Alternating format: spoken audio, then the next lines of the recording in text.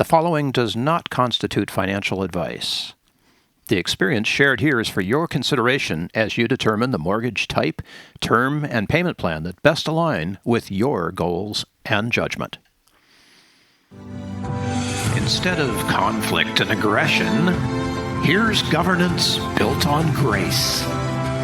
Welcome to Gracearchy with Jim Babka.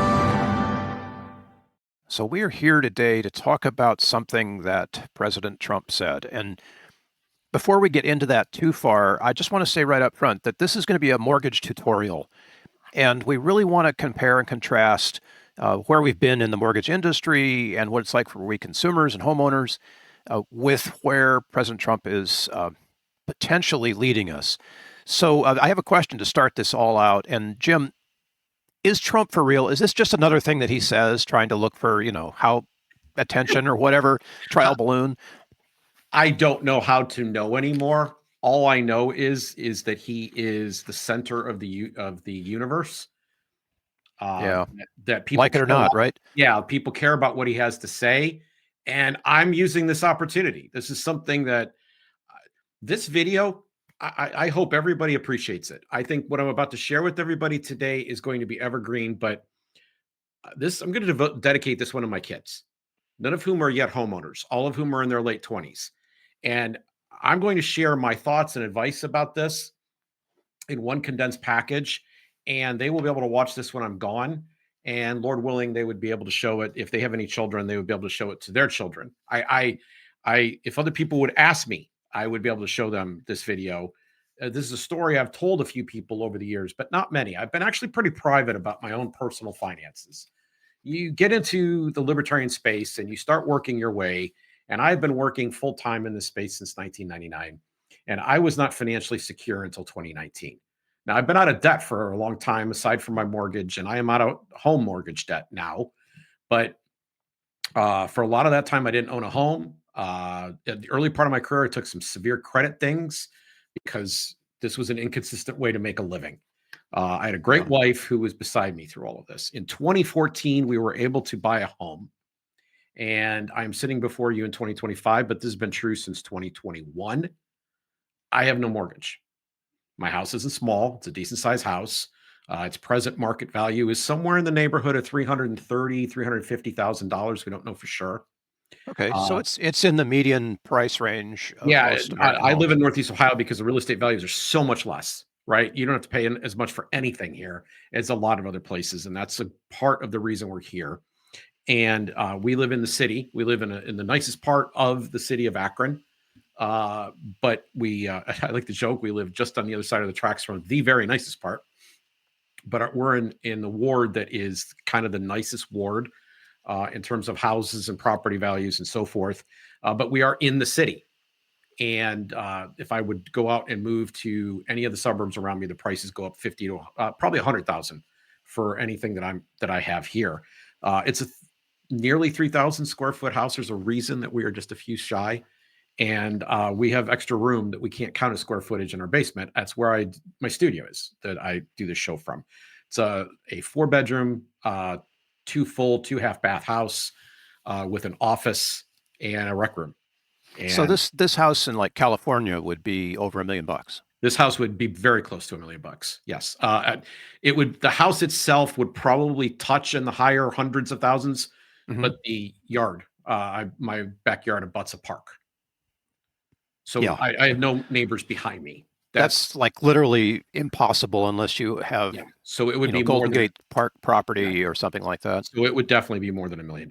So before you get started, can I ask a question about why we have mortgages at all, Jim? I'm asking this because my grandfather used to he was a developer, and he would do deals on a contract, like a handshake.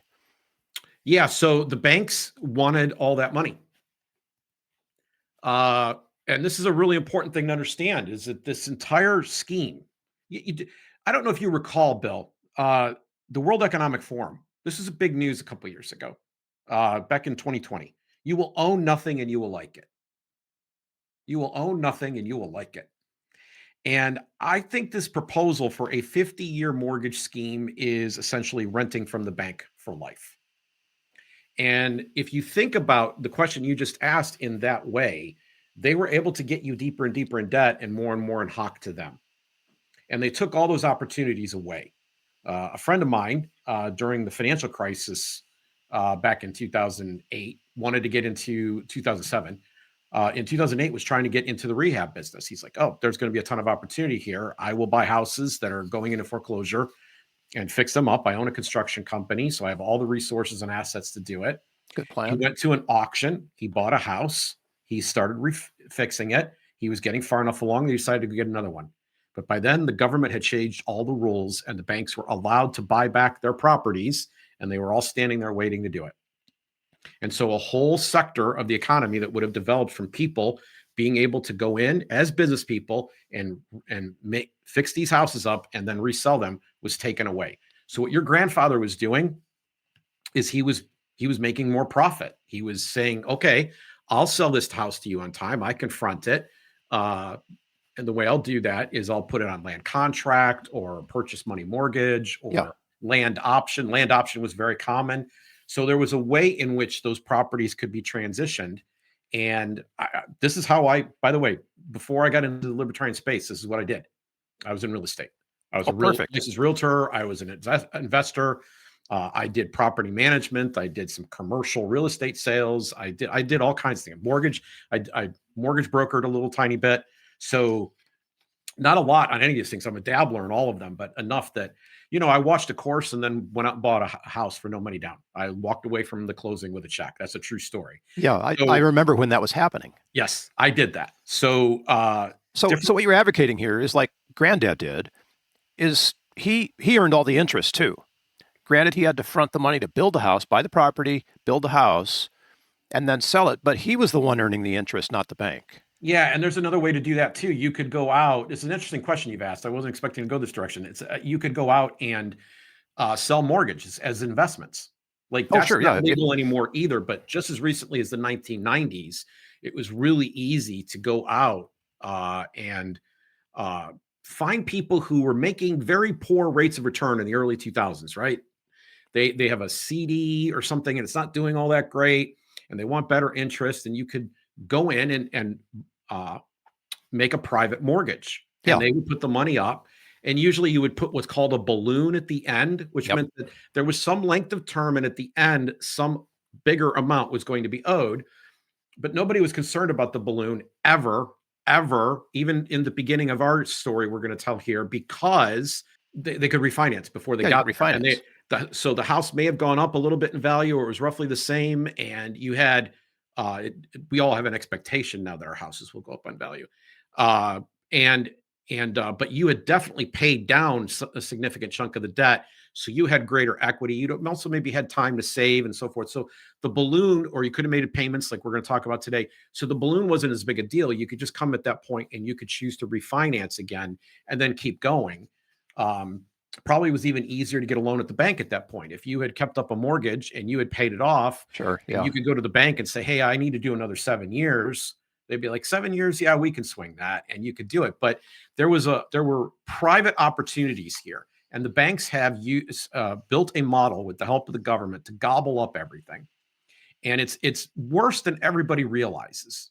It's really worse than everybody realizes, because not only are they taking away these private contractual arrangements and the ability to make a much better living by rigging the game the way that they do, and they rig it in several different ways. They are artificially inflating demand. They are driving up the prices of the houses, and so the consumers are losing here. And the people that I'm concerned about in this episode are people who mostly are looking to buy their first house. Although some of the advice I'm going to give would apply to anybody who has a mortgage or is about to Yeah. get into Who one. already has one. Okay, so we've talked about the alternatives that kind of no longer exist. I mean, they do at the very highest levels, but not at the average level that we're talking about, American homeowners. And okay, so tell us your story, because you've told this to me before, and I'm I'm so happy. I remember the day when you told me we just paid off our house. Yeah, so we've been we actually did that a little earlier, and I want to, before we get into any of this, I want to do two things. Can we do two other things? The first Sure, thing I man. want to do real quick, I want to go through the history of this. I want everybody to kind of understand how we got here. Yes, please. Okay. So previous to the 1930s, the typical term of a loan required 40 to 60% down payment and 3 to 7 years. And it is impossible for people to visualize or appreciate that because the houses they want today are much bigger and more grand. The codes for how those houses are built are much more ornate and complicated. And so people have a hard time imagining that they would be able to do this today. They're probably right. Okay. So I don't want to say that we want to go back in time. I want to say that we want to open up more opportunities for people on both sides of the equation. But most of what we've got here, we had a 15-year loan that came along in the New Deal right at the start of it. And then very quickly, they changed to a 20 to 25-year FHA, fully amortizing fixed rate loan. And that had never existed before, ever. That was a brand new thing. And in the 1950s, that process, the late 50s, that started to go up to a 30-year loan. You had the FHA and the VA providing loans. The VA provided to the troops coming back home from the war. The FHA was a program that had already been designed as part of the New Deal to try to kind of bring people along. And these programs made it easier for people to get into housing with a lower down payment. And that down payment percentage went down over time. Now, generally, what is it like now? It's gone down from 40 to 60% to it's down to about 15 at the moment. 20 was like kind of the standard when I was in the game. Yeah, me too. But FHA made it possible for people to come in with less. What they do is they add on. So let's throw out some terminology for people so that you understand how this whole works. It's the acronym is called PITI squared.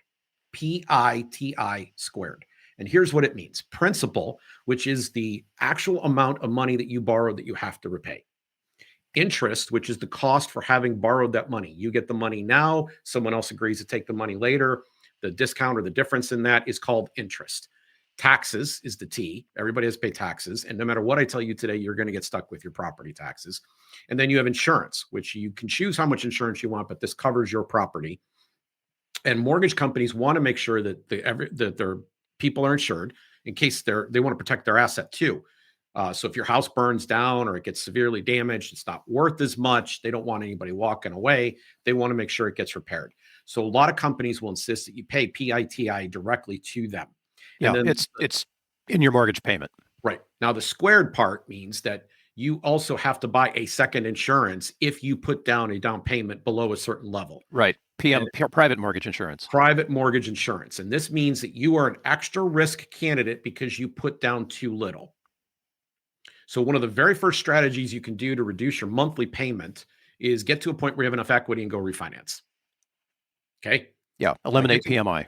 So if you can get rid of that private mortgage insurance, exactly, you're going to lower your payment, and it's money that you are just, pouring down a drain. We'll say it that way. Okay? Yeah. I mean, it's insurance. It's an insurance premium. Right. Everybody knows about those. So that's a variable. So the things that are variable in this thing are your principal and your interest and your private mortgage insurance. The things that are not variable, your taxes and insurance. And so that's the last we're going to mention of those. Okay. Gotcha. All right. And then we had a crisis in the late 2000s, and they've tightened up significantly how much and how they will loan. And they've completely tightened the mortgage game as it stands. And that's how we end up here. But I want you to understand that basically within my father's lifetime is when all of this mortgage stuff came to be. It didn't exist when my grandfather was born and my grandfather was coming up. And my grandfather was a construction contractor too. Well, he was at the end. He built he built a house. He was a carpenter that worked mostly at a factory for most of the time. He was a supervisor. Okay. But that was his trade and he knew how to do it. And so he did the same thing you're talking about. All right. My philosophy for this is what I call good. G.O.O.D. It stands for something very simple. Get out of debt. And the examples I'm going to walk through here today, I want to be sure you understand. I'm going to do some math. You may have to slow down and rewind to get some of the things that I'm going to say to you. And if my math is wrong, send us a comment. We will update the show notes. Okay. The math doesn't need to be right. Let me tell you something. If it turns out I'm off a penny or a quarter or a nickel or a dime or a dollar or whatever it is, the principle I'm going to share with you is 100% correct. And if you rounded the numbers, I'm very close. Okay. Yeah. But We I'm don't not a use math. pennies anymore, you know, Yeah. so I'm not a math major, and I don't want to be a math major. But I'm not an investment advisor or counselor, and this is not investment advice. This is definitely. just my opinion on what to do. But and so I'm just going to share my personal values and my personal story. Okay. So now I want to come back to your question about, how this all happened. So we were in the home ownership market when we first got married. We had a very little starter home. And I was trying to get started in libertarianism, and I got an opportunity to move to Washington, D.C. in 1999. I left home ownership at that juncture. And by the way, the house I owned was so small, so cheap, in such a rough neighborhood that I didn't really walk away with much equity at that point. I just turned and headed off to go to my new prospects. And I've been working in that space from 1999 full time up until the present. I've been doing some type of thing that is libertarian adjacent this entire time. Then in 2013, we bought a house. The end of 2013, we moved in January of 2014. The house I described at the beginning of the show. I sat down with a spreadsheet and a plan. So I have a spreadsheet. It's a very involved spreadsheet. I bought it and then I modified it. So I bought the spreadsheet. It cost me at the time about $60, I think, maybe 40. I don't remember anymore. But I bought this spreadsheet that showed different ways of paying off your home. And I worked hard with the help of someone else to hone it so I could put strategies together. And I was on track to have paid off my house in 11 years. 11 years and 8 months, but I figured towards the end I would push. In fact, I pushed throughout it. I would push a little harder. I really wanted to try to do it in 11. I was, due to a fortuitous circumstance, able to do it sooner. I was able to do it sooner. This was a standard 30-year mortgage with a real monthly payment. Now, I can tell you that my payment, my principal and interest, now that it is paid off, is worth, to me, an ongoing stream of income. Here's how I think of it. So the amount of money that I borrowed and the amount that that I've now don't have to pay anymore, that PI part, was $638. So I consider that $638 of post-tax income, net income. That's $638 we don't have to pay for the rest of our lives. Every month it goes into our bank account instead. It doesn't get paid out. And I say post-tax because if I had to earn enough money to pay $638, obviously that would be a couple $100 higher. And so it's actually worth more like $800 to me. Okay. So I don't have to earn the money, pay taxes on it, then take the net and pay my mortgage. I don't have to do that anymore. And that is incredibly liberating. And it can be part of a retirement program. And so it's something you should think about. And the techniques I used involved extra principal payments. Now, the way that you do this is you tell the bank, I calculated out and told them on the check. I sent a separate statement with it. I sent notes. I kept my own notes up to date. And these days you can log in and see how your loan is progressing so you can see if they credited you properly, so that there were no games, no mistakes, no hijinks, no nothing where, oh, we just thought you were putting that in escrow, right? Because that would end up affecting your interest payments. These are amortized loans, so they have a schedule, okay? Yeah. Okay, so the way I want you to think about it is I'm sitting on a screen in front of you right now, and I'm going to start. I got to do this in reverse here. I'm going to start, and I'm going to draw a line across the screen, okay? And the line across the screen going up has two triangles in it now, okay? I'm going up from the bottom left corner to the top right. Two triangles. On the bottom is the amount of principal you're going to pay each month across the course of the loan. On the top is the amount of interest you're going to pay, okay? The banks get their money first. So the first month, maybe you only pay a few dollars worth of actual principal, but you pay hundreds of dollars of interest. And at the very end, maybe you're paying hundreds of dollars of principal, but only a couple dollars of interest. It runs on a sliding scale right up across the screen at an angle. Okay, I did that wrong again. I got to do this right. Okay. No, that's all right. I got you. So the idea is you're paying less principal earlier in the mortgage period. You're paying more principal toward the end, which to me has always sounded totally unfair, but hey, it's a bank, right? So you can't argue with the bank. No, you can't argue with the bank. These are the terms, and they're trying to make sure they make a profit, but you can reduce their profit. Okay. All right. So Let's start with Donald Trump's proposal, because I want everybody to understand how hideously awful this is and how enslaving this is. And I'm pleased to report that overall, I don't think it's going to happen, whether he was serious or not, because I think a lot of people rebelled at the notion that they would be paying for their house for 50 years. They don't see that as a way of solving their issue. It doesn't solve anything. Hardly any Democrat was going to go for this. One of the things I did not like about Kamala Harris's candidacy was she was going to give everybody $25,000 down payment. That's just going to drive the cost of houses up $26,000 or $27,000 or $28,000. And there's reasons for all of that. It may even be more, but I just want you to understand that was not going to solve the problem. That's a very quick fix. And then, of course, there's a government program. So 25 isn't enough. Just like everything else, we have to keep adjusting it upward. And no, this is a bad idea. It's not a solution to the problem. But this idea somehow or other is worse. And let me explain to you why. So we're gonna compare for just a moment the cost of a 30-year loan and a 50-year loan. If you understand that those triangles just simply got bigger, we just widened the graph. Okay, so that means there's a lot more interest that's going to be collected. So it matters how much interest is being charged on each of these respective loans, a 30-year loan and a 50-year loan. And I'm going to work again and again to make the numbers as easy and calculable as possible. I want everybody to be able to follow this verbally. We're going to say that the loan was for $100,000. Okay. Now, very few people are buying $100,000 houses or borrowing just $100,000, but you can do the math. If you're buying a house for $500,000, you just take all the numbers I'm saying and you multiply them times 5. You see what I'm saying? Yeah. So we're just using pretty well works out. Okay. We're just using that as a base. So these are 30 and 50-year loans at $100,000 borrowed. Okay. The rates that we're going to use throughout this show are 4, 6.5, 9, and 12. Now, a lot of people are not familiar with 12% loans, but you're old enough to remember in the 80s, the late 70s, all of the 80s and into the 90s, the rates were that high. I assumed for my first house, an FHA loan that was at 10%. And I assumed that loan was originated in like 1989, 90, maybe 91. I don't remember. I bought the house in 92 and I assumed 10%. And it was a little higher than the going rate at that moment, but it was an assumption. I paid $125 and I walked into my house. Okay. Those programs don't exist anymore. This is one of the ways our intergenerational robbery has gone on. We did have it better in terms of being able to walk into a house. There's other ways in which you have it better now. The houses we bought and the houses we grew up in are nowhere near as nice as the houses that are on the market today. Nowhere near. Okay.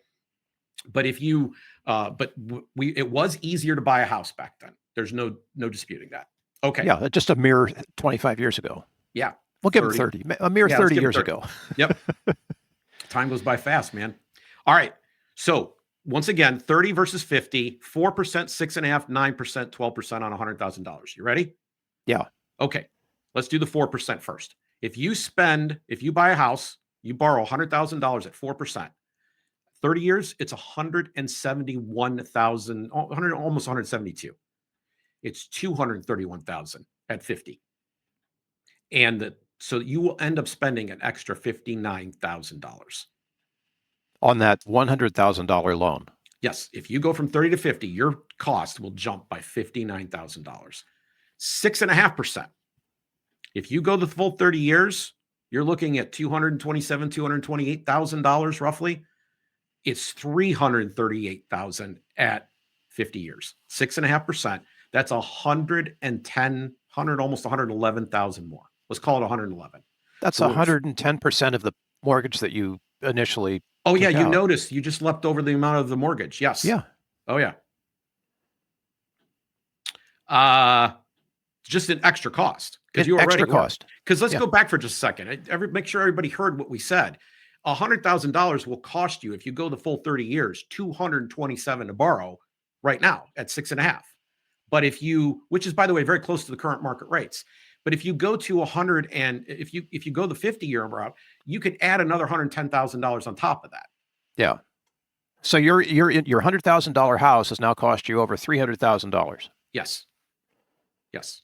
Okay. Exclusive of taxes and other things, right? At 9%, people are starting to get the trend here. 30 years costs you $290. At 50 years, it costs you $455. That's a $165.5 difference. Okay. 12, so you want to take it to 12? If we go to 12%. Okay, go to 12. I got a reason for doing this, by the way. Late in the broadcast, it'll show up. 12 will be 370, 601, 231 more. Okay. So you need to understand the bank is making its money. And I'm going to show you how you can get the money back. I'm going to show you how you can reduce the amount that you're paying to the bank Which at dramatically. the end there was over $500,000 just to use $100,000 to buy a house today. Yes, that's Donald Trump's big plan. It's 600,000. That's his plan? It's somewhere between you're going to spend beyond your 30-year mortgages, which we never should have had in the first place. Beyond that, you're going to end up spending somewhere between 60 and 231,000 by the math that we've got sitting here. Well, I went to public school, Jim, and you know what? That doesn't make sense for me. Maybe public schools aren't as smart anymore, but well, a lot of people walk into the auto dealership and they focus only on the payment. They pay no attention to the other terms. Mm-hmm. Okay. There's principal and interest there too. It's not an amortized loan. It doesn't work exactly the same way. They use an APR formula, I believe.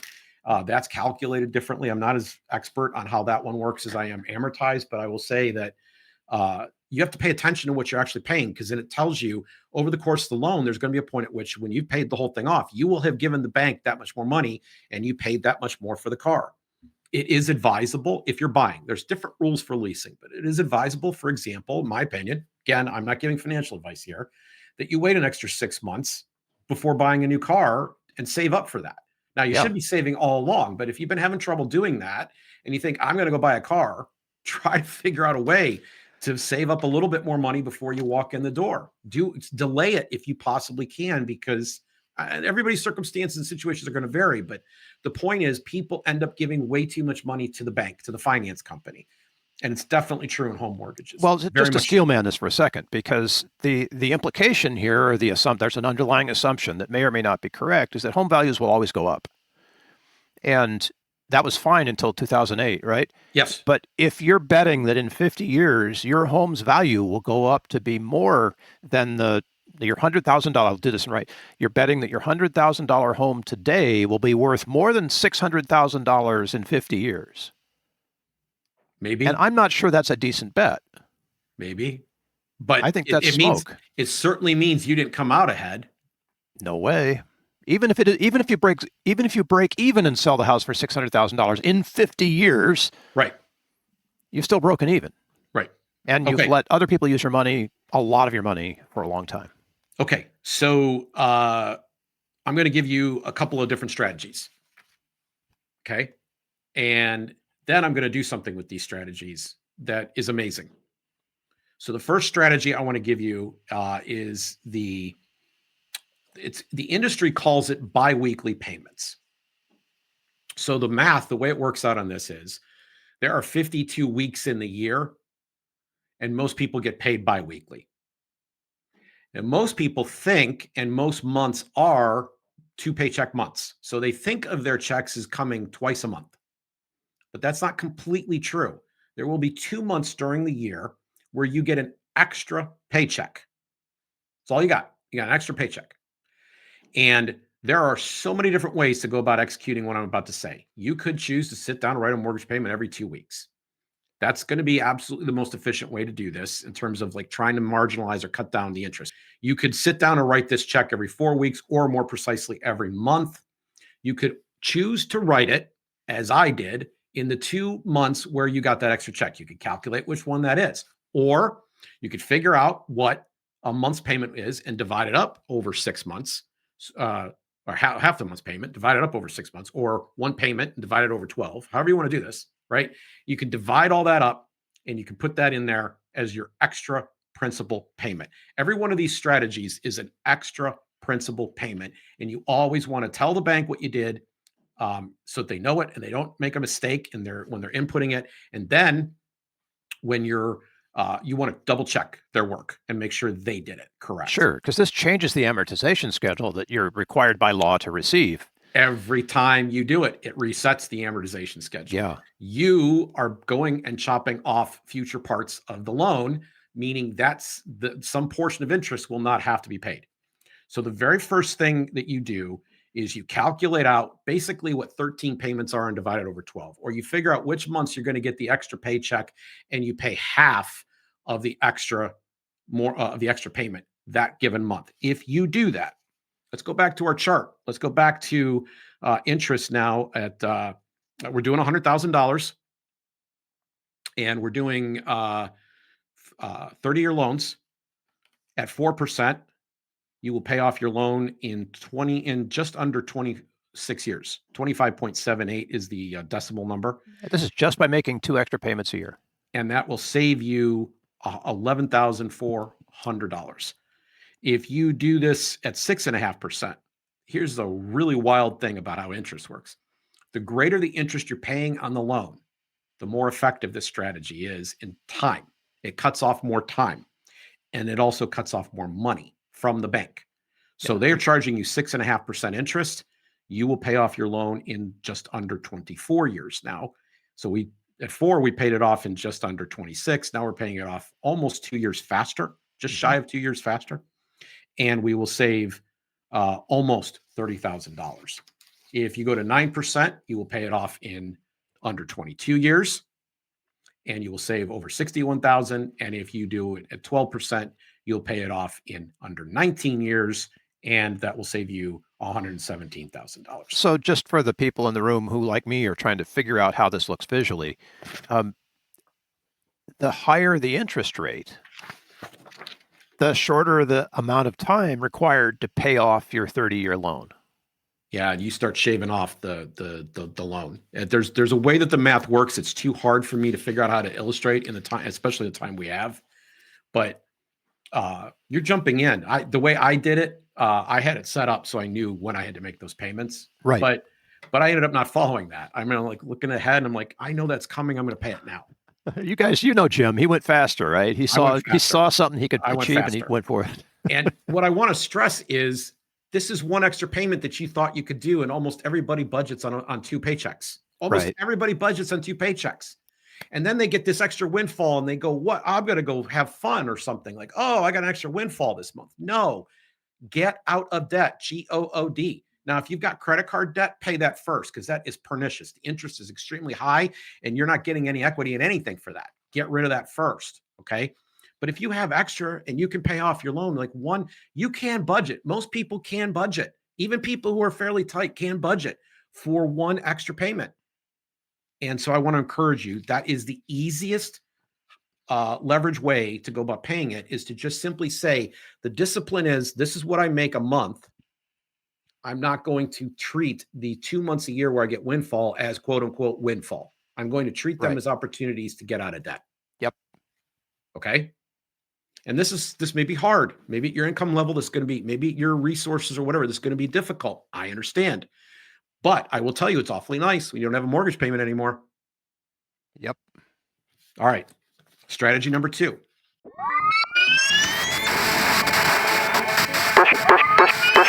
This show is brought to you by the Zero Aggression Project. Zap newsletter subscribers get alerts when each episode is released. The Zap website is also the pathway by which you can contact us by email and support the show. This program operates thanks to tax-deductible Zap contributions, and we appreciate your support. So, zap the state, and have a nice day.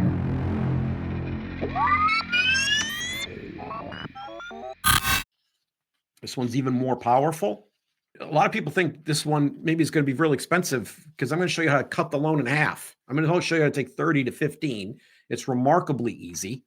And at the beginning, it hardly costs you a thing.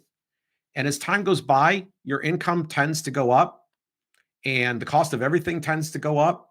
And the price you're going to spend every month is going to go up a little bit, little tiny bit. And as it goes up, you'll be able to afford it, because you're going to be making more and doing a little better, and you have a little more breathing room. In fact, if you're like most people, your wages will increase just based on inflation adjustment more than the adjustment you're going to have to make here in the loan. Okay. So what you do now, remember we said the amortization schedule kind of starts at you're paying very little principal, but lots of interest, and then goes up to the point, it goes from reverse. So our bottom triangle is principal, and our top triangle and our little rectangle here is interest. The bank is collecting a lot of interest at the very, very beginning of the loan. And what I want to suggest to you is that you can just look at the next month's principal. So again, you got a calculator for this. You've got a spreadsheet for this. You put in the numbers. It'll show you this much is going to principal, this much is going to interest. But you look down to the next column, and your spreadsheet can actually be designed to tell you, you can design it well enough that it'll tell you what that amount would be. You make the next month's principal payment. That's all you make. You don't make the next month's payment because that would include the interest. You only have to pay the principal portion. And on a normal 30-year mortgage, we're talking mere dollars at the very beginning. Yeah. I was stunned how little it was on my own mortgage. I believe the very first extra additional payment I made was less than $10. Yeah. Okay? I see where you're So going here. it's a very small amount that you add on top, right? And usually the way that you can pay for this, another way to think about this is you could skip a lunch or go out to one less low-cost social event. A couple right? of cups of coffee is more than $10. Yeah. Well, if you're doing Starbucks, give it up for one day. Yeah. Put that money in there and you can pay it. Okay. There's a lot of things people are paying for like that they could cut. But you just make one difference. It's a small thing. It's a tiny thing. And it will go up a little bit every month. So maybe it'll go up $2 or $3 or $5, each month, but it won't go up. For me, it was little. It was really puny amounts that amount went up on my particular loan. So how much by like the end of the time you were doing this had it gone up? Let's run through all of this here. Let's show you. You're going to cut the loan in half by just paying the next month's unpaid principal. So over time, like the way this works, this math I can explain easy. The way this works is you're paying, when you pay your first payment, you're paying the second month's principal. Right. When you pay your second month's payment, you're paying the third. month. Right. And you're always kind of ahead, right, in what you're paying off. So you're looking at that calendar and you're saying, okay, the next amount I got to pay is this much. And you're moving on up and you're paying more and more principal as time goes by. But you cut the loan in half doing this. You just keep doing this right up until the end. At a 4% interest rate on $100,000, you save $35,000, almost 36. On 6.5, you save almost 64,000. At 9, you save almost 95,000. And at 12, you save 135,000 on your 30-year mortgage. That's all money that went to the bank that you didn't have to pay out. And at the end, bonus, you own your house. You own your house in half the time, in 15 years, rather than 30. In half the time. Okay? Now, I'm going to get a little philosophical here. This is not financial advice. There will be people who will comment and tell me on this next one that I'm full of crap. And I understand why. So let me say up front, let me steelman the opposite position. What I am going to say is that the very first thing you should do the day that you get your loan is you should pay as much of it as you possibly can right away. Because no interest is barely accrued at that moment. And you have a chance to lop off a whole bunch of principal. You can lop off a whole bunch of months right at the very beginning of this whole thing. It'll completely reset your amortization schedule. So let's say that you put down, 4.5% on $100,000. So now you only owe 90. Let me do the math. 4,500. See, I'm not good at math. I have to do this up in my head. You see me looking up and to the right. You owe just over $95,000. 95 and a half, right? Did I do that correctly? Yeah, I think so. I'm still like marinating in the opportunity here because. So you walked into the bank and you handed them $4,500 because that's what you had. And now you have reset the entire amortization schedule. It is now not 100,000 you're borrowing. It is now 95.5. Now I recommend, here's what I'm going to say that is my personal instruction here.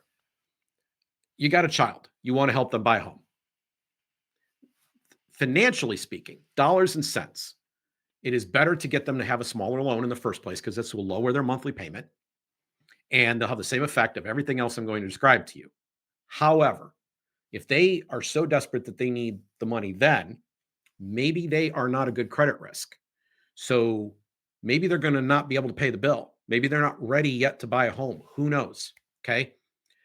I think a strategy to consider if you want to help somebody, especially now if you're starting to get into like your nephew or niece or something else like that, one thing you could do is you could say, I'm going to walk in and pay on the first day.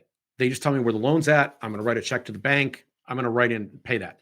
So they'll get the benefit of it, but they already had the discipline that got them to the point where they had the money for the down payment, and maybe their parents helped them get there. Who knows?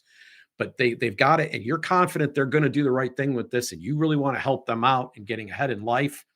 You could go put that money in as a down payment. It's going to do something really dramatic. Okay. Wait a minute, as a down payment or as a additional payment? As a first payment. You walk in the bank, right? First day or two, the loan exists. Okay, they closed on the house. Bank, you say, officer, I want to reduce this loan by $20,000 exactly right now. Okay, so I'm going to walk through some numbers. We're going to do this a little differently than we did the others because of the nature of this transaction. Yeah. But I want to show you the leverage of gift giving that you could potentially do to help another human being you care about in acquiring their home. Okay. At 4%, we're going to go through three figures repeatedly. We're going to keep the same interest rates, the same $100,000. But here's what's going to happen. At each one of these, I'm going to show you an extra payment level. So we're going to go a little bit slower here. And then I'm going to show you how much you save. So if you walk in the bank, and this is assuming they do nothing else, you walk into the bank, you pay this money first week, it's assuming they stick with their 30-year mortgage here. That's how the math is going to work on this particular exercise. And you say, I'm going to give a mere $2,000 off that $100,000. They will save in interest over the course of the loan $6,200, and they will pay off their house in under 29 years. Just because you did that. If they stick with the same payment schedule all the way through. At 4%, if you up that to 5%, it's just over 27 years now, and it's worth $15,000 plus in saved interest.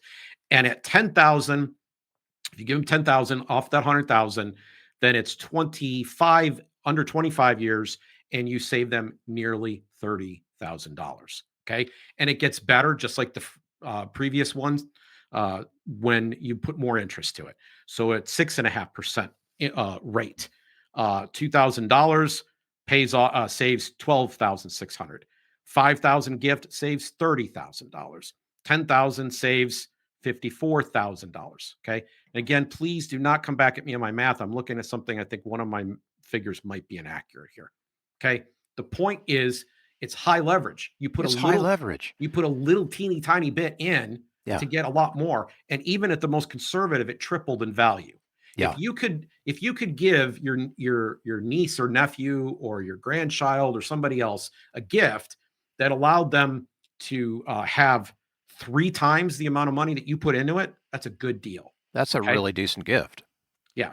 And it shaves off time on their loan. It just keeps going back down. And it does. Even if they did nothing else, it is still save time. Yeah, 12%. If you put 10,000 in, they're going to pay off that loan. This is extraordinary.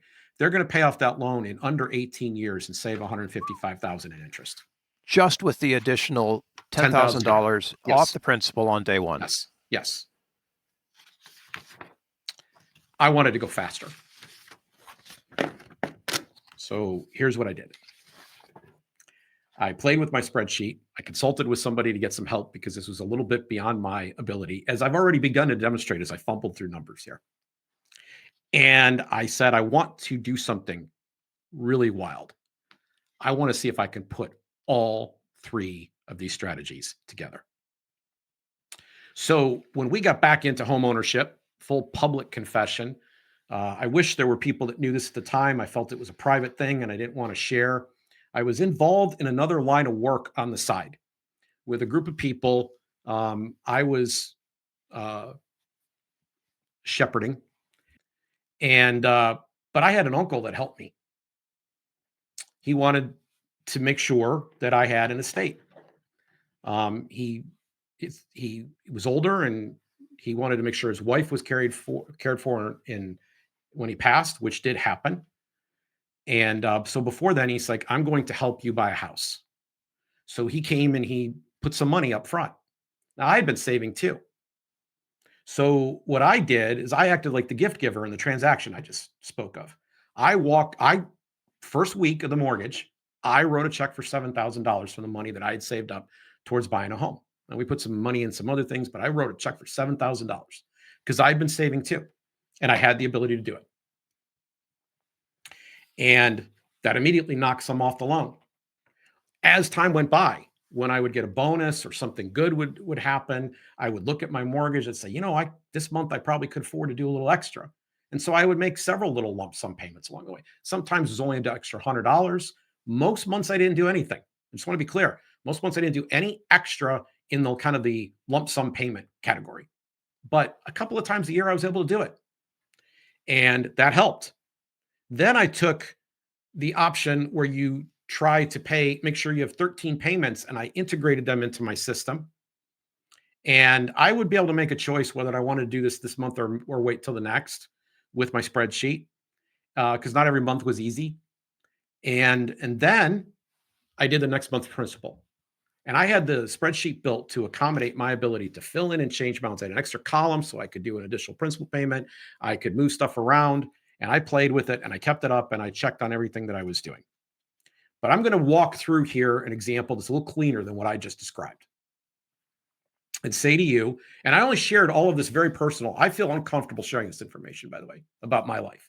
I only did this to add credibility to the explanation I'm about to provide, to suggest that I practice what I'm preaching right now. Okay. It's the only reason I shared it with you, because I consider this information to be highly personal, that I was able to do this and that I had a little bit of help from my uncle.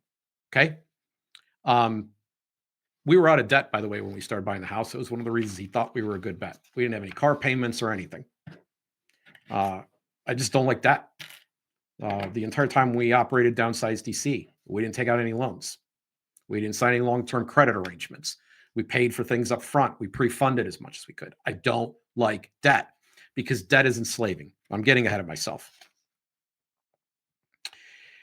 If you combine all three strategies together, $100,000 loan. So here's what we're going to do. We're going to do a first week lump sum, $5,600 towards the principal. We're going to do the 13-month payment plan that we talked about at the beginning. And then we're going to do next month's principal. We'll put this all together, and we are going to save at a 4% rate, $44,000 and pay off the house in 12 and a half years. At 6.5, we're going to pay it off in 11 and a half years. And we're going to save over $83,000. At 9%, we're going to pay it off in 11 years. You notice it's accelerating its speed of payoff. And we're going to pay it off at, we're going to save about $133,000. And last but not least, at 12%, we will save over $200,000 and pay the house off in 9 years. I was on track with my initial schedule to pay off the entire house in 11 years and 8 months. 11 years and 8 months.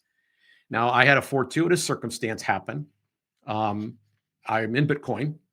I have a little bit of that. Some friends had given me some very early. I didn't gone out and bought a bunch of it. I just had some. And there'll be people who say, "Oh, Jim, you're an idiot." But when it peaked in 2021, I believe I sold a chunk of a coin. I gathered up all the savings we had at that moment, and I finished paying off the loan in one lump sum, which by that point was down to almost a third. It'd probably be more accurate to say 40% of its original principal balance at that point. And I just paid it off. And it was exciting. It was very, very exciting to be able to do that. And I didn't throw any party, or I didn't make a big deal of it at the time. I didn't want to brag or anything. I share all of this to say, again, this is what I did. I'm not giving a piece of advice that I didn't follow. And I recognize that not everybody feels they can buy a house. And I believe there's real reasons for that. So because I'm a libertarian, let me switch gears and just say there are 3 areas where the state has been deeply involved in trying to help us all, trying to help you, help me, everybody. And the results have been disastrous in all 3 cases. Now, before I give you what those 3 areas are, let me say that you are able, both on the devices that you walk around and hold in your hand, and in the computers, like the one that's sitting in front of me right now, you have been able to constantly double the speed, the memory, the processing power, the RAM, the whole thing. You've been able to keep doubling that in very rapid cycles without the cost changing much at all. In fact, it's kind of gone down. And the cost of many of the goods and services that you buy, that your parents and grandparents' generation had to buy, you pay less for. There's several goods and services that as a portion of your income, you pay less than they did. And everything works better. Almost everything is like nicer than it was in our parents' generation. And yet, there's 3 areas where this didn't happen. This is the natural way of things. It's the way things should go. Things should keep getting better, and their costs should keep going down over time. That is the way every market should work, unless the government gets involved and tries to help. And they helped in healthcare, and we see what's happening to healthcare premiums for people who are, particularly people in the exchange, but everyone is going to be impacted about it starting at the beginning of the year with the new premiums. We see what's been done with their help. Their help has been disastrous. It is far outstripped inflation. We see what's happened in education, which is the other big area that they've helped with. And we see the number of people with student loan debt that are walking around, and how college tuitions have just leapt and leapt and leapt way beyond the rate of inflation. And the third is the one we're talking about now, and that is housing. Because they helped veterans, because they helped who may arguably have earned it, because they helped people get into home ownership through various programs. Making home affordable. Remember that one? Yes. And there were the ownership society. Everybody was going to be able to own their own home. Because they pushed this along unnaturally, at unnatural speeds. We had a financial crisis in 2008, and they decided to help us even more. They put the government into much bigger perpetual debt. They began inflating the currency faster and faster. They didn't retract that spending, and they just kept expanding and expanding and expanding to the mess that we're in now. And they're continuing to suck a lot of wealth out of society. And the bankers, of course, are glad to do this. They would love to have 50-year mortgages. Heck, they would take 200-year mortgages on you. I promise. As long as they had government guarantees to help them out, as long as they had some system that was rigged so that they were the ones that got to the front of the line in providing that, they would love to be in that position. But, one of my mentors was Harry Brown, and he asked the question, how can you live free in an unfree world? I just laid out for you ways that you can say, as a home buyer, I will take affirmative action to make sure I don't stay in debt. I will do something myself to make sure that I pay this whole thing off faster. So I will take effectively my loan and cut it in half. Now, some people are going to ask me, Jim, why didn't you just go for a 15 or a 10-year loan in the first place?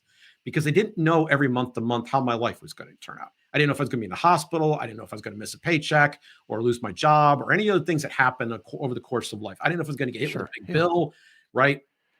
So I didn't have to follow the plan every month. I could deviate off of it a little bit, adjust, and then recalibrate, come back and correct. And so if my plan to get done in 11 years, 8 months didn't happen, the world wasn't going to end. I could take 13 years to pay off my house, and I still would have come out way ahead. Mm-hmm. That 30-year loan gave me that flexibility. So I'm not advising anybody go walk in the bank and save all the trouble and just get a 15-year loan. Do the 30. Take the standard rate. But you have control over how much faster you do this. And everyone that can afford to buy a home, listen to me, people are going to argue with this.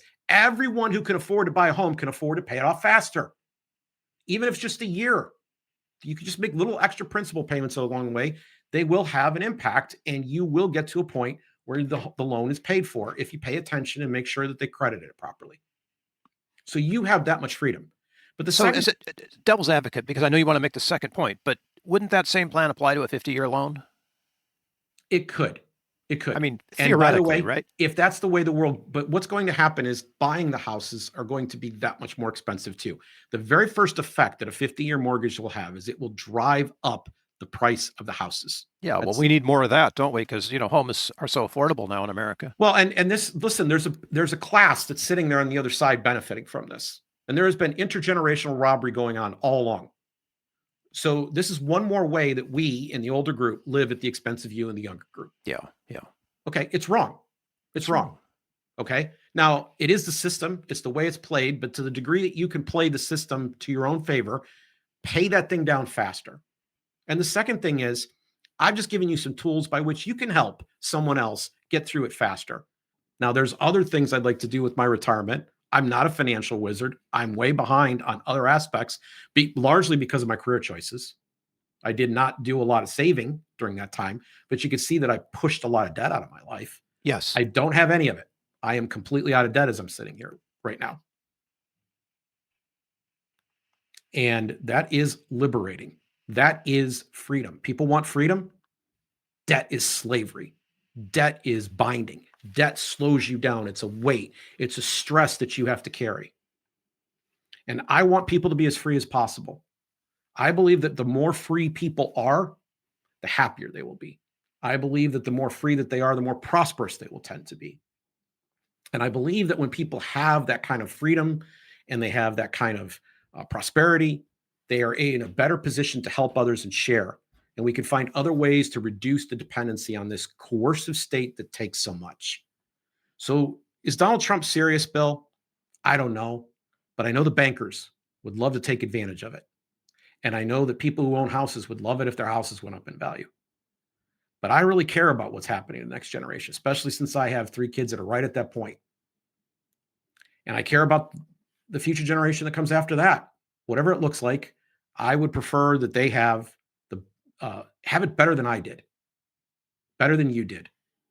That's the way that we used to think, and I think it's the most gracious way to proceed. Get out of debt.